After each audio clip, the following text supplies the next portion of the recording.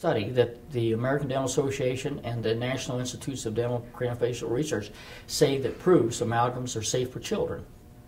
They did this study, and the study that I'm talking about, they did two, one on American children and one on children from Lisbon, Portugal, who were in an orphanage. They picked that group, in my opinion, because they have a very, very high level, basal level of mercury at 0 time. Their mercury levels in these Portuguese children was 3 times that of the American children that they studied. And that's because they're in an orphanage eating fish. They're not eating beef. They're being exposed to a lot of seafood. But what they did is they divided them into 2 groups. And some of them they put in non-mercury containing composite fillings, and the other group they put in mercury fillings, called dental amalgams or silver fillings.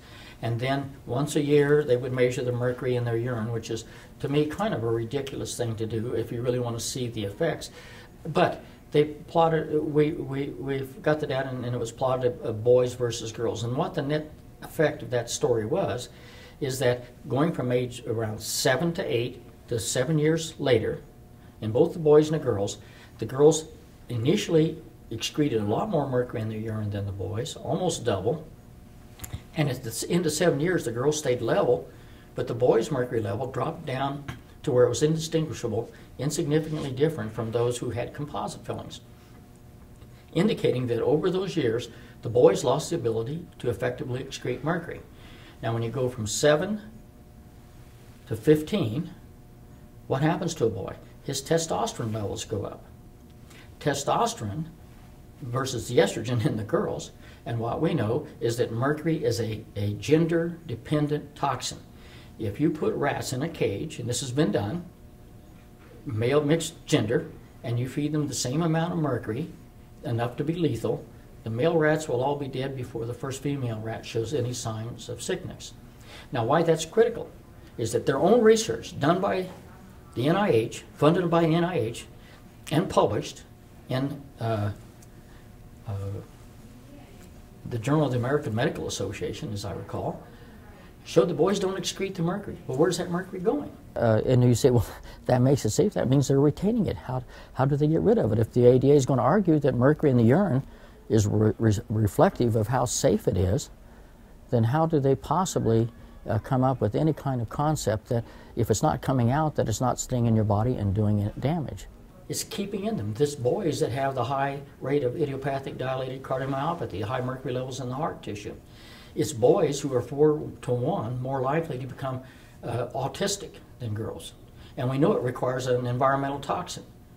So if you're going to identify a toxin that causes autism or attention deficit disorder or that whole spectrum of autism related disorders, you have to find something that affects males more than females.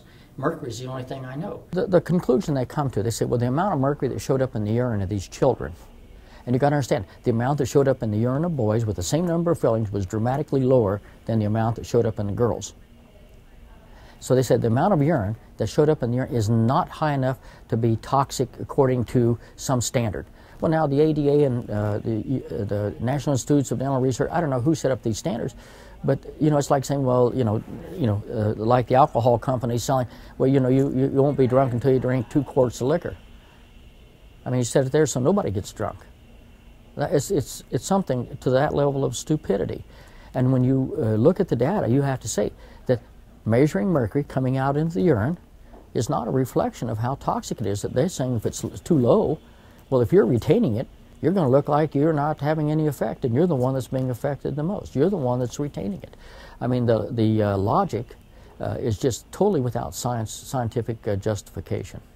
And so you have this data in front of your face that boys aren't excreting that mercury, and yet they came to the conclusion that amalgam fillings were safe to put in children.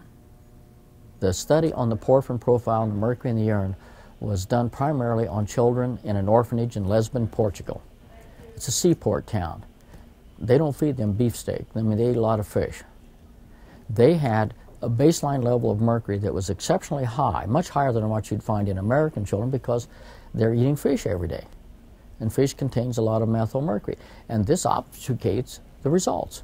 So you say, well, it almost doubles. If that were on an American population, then the level of increase due to the amalgam fillings in year 2 would have been triple or quadruple the baseline levels. And so what they published is the one with the higher baseline level in Portugal. Plus, if you're doing a study on the effect of amalgam fillings, you want to pick a population that's not being exposed massively to other forms of mercury.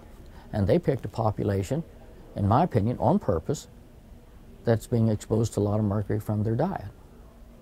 And that would change the results. So you don't want to see any change in the porphyrin profile. Well, maybe it's because they're already really high from, a constant diet of fish. What people have to understand, they picked items to measure that have a lot of noise level. In other words, if you're measuring something and it has a noise level like this, in this baseline, it's not straight and level, then you have to get a huge change to see a difference. And they did this at 7 years. I would say that what they measured, like an IQ drop, etc., wasn't as reflective as what it should have been. Now, they measured urinary porphyrin profiles, and it's just amazing to me that, which is a measure of the toxicity of mercury in the body. Why can you find a major change in the urinary porphyrin profile of dentists who remove amalgam fillings and technicians based on their exposure to a little bit of mercury, and yet you show that in these children where the amount of mercury they're excreting went up dramatically, more than double, you couldn't find this same change? Why would the urinary porphyrin profile change in the dentist, and yet when they did the study on the children, they couldn't find a change? At least they report they couldn't find a change. I mean, so the same person, the same research lab did these studies.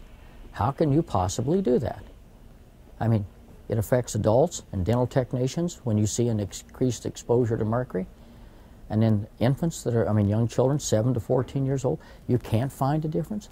Well, see, then I think somebody has to come, explain that to me. What did you do differently that mercury would affect older dentists and dental technicians and not affect 7 to 14-year-old children?